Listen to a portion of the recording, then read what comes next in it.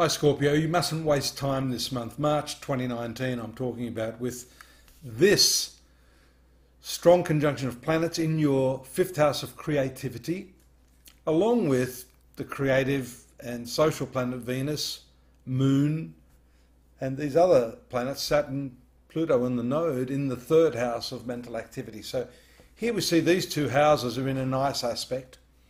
So your creativity should be flowing, your ability to work in a way that gives you a sense of accomplishment is strongly highlighted by this combination of planets this month. A few little tricky things that are going on. And we see here, one that I don't often talk about that I think I should address here is the North Node, or what I call Rahu. This planet, unlike the others, moves in a retrograde motion this way around the wheel, whereas these ones generally move this way, of course, and you'll see a little bit later Mercury moves retrograde from time to time along with some of the other planets.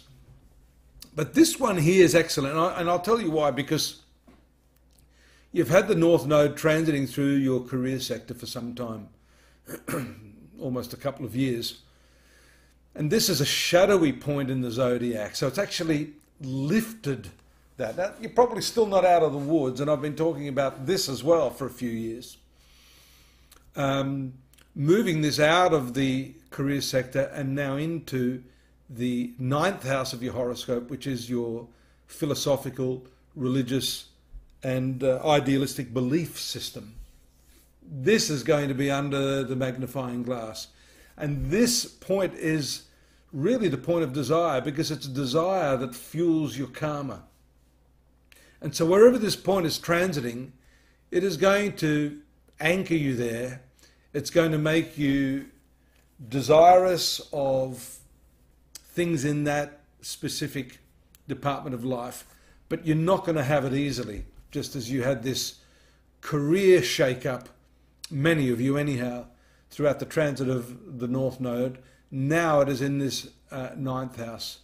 Now some Western astrology believes this 10th house also has to do with your father, the authoritarian in your life, whereas the Hindu astrologers believe the ninth house has to do with the father. And whenever this shadowy point transits these areas, we can safely say that your relationship with the paternal side of the family will come into focus. Straight on the 1st, 2nd of the month, we see your marital planet moving into the 4th house.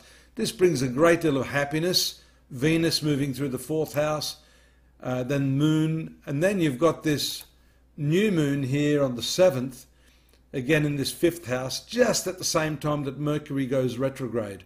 And here is one such instance where this is going to impact upon your creativity. Here you may have been really set to do something creative, you've got a new project underway, and Mercury comes in and screws it all up for you. I was about to say something nasty, but you know what I mean. It can really throw a spanner in the works here. You just have to be patient, because what this means is that you may not be able to actually practically get the ball rolling, but when you've got this new moon here, it shows that there is a start of something fresh beginning here. So just be patient. The retrogression of the faster moving planets doesn't take huge chunks of time out of your life. It's going to happen for a couple of weeks, and by the 28th this will be back in its direct motion. But the new moon is welcome news for you. It has to do with your love life, your relationships, children. All of these things can be set for a new, I guess, a reboot, if you want to put it that way.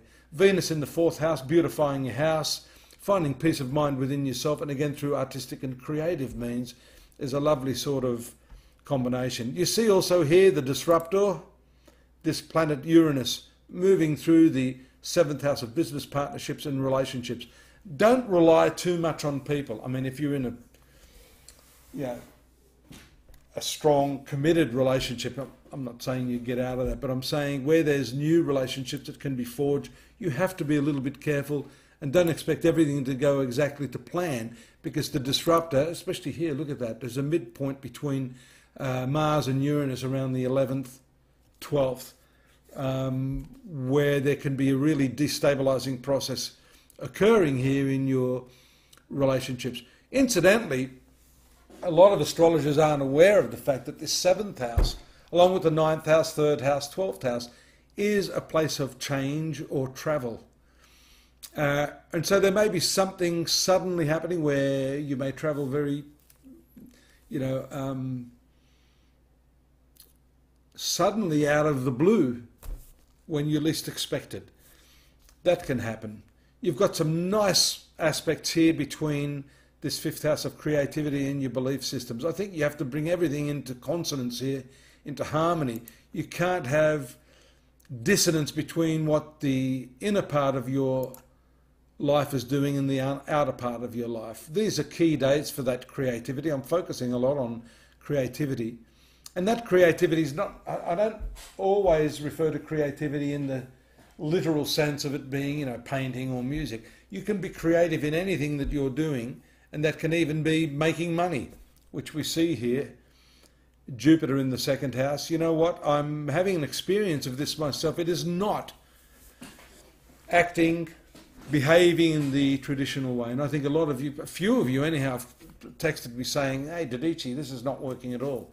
So this is an interesting research point to find that the planet of good luck, fortune, expansion in the material and financial income house is not at all doing what it should be doing.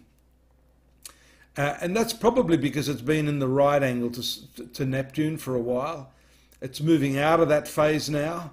And as it does, I think you'll start to see that this is going to give you the results that you've been waiting for some time. Where are my notes here? I feel like the crazy professor here. Here we go. There's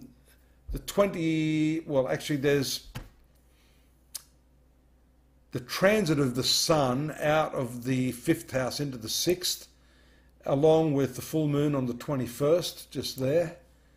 That's happening in the 11th house. If you've been sort of out of the mainstream of your social life, getting out, going to films and bands and partying or cocktail parties, dinners, here's a time now when that's likely to start to come back into your life, where you will see a resurgence of that. Sun goes to the 6th house. Watch your health. Any of the luminaries, important personal points transiting through the 6th house show that you have to be a little bit more careful. You may be finding that your workload is increased during this period, but you may also find debts and work-related costs escalate as the sun is ruling your 10th house. That's about it from me.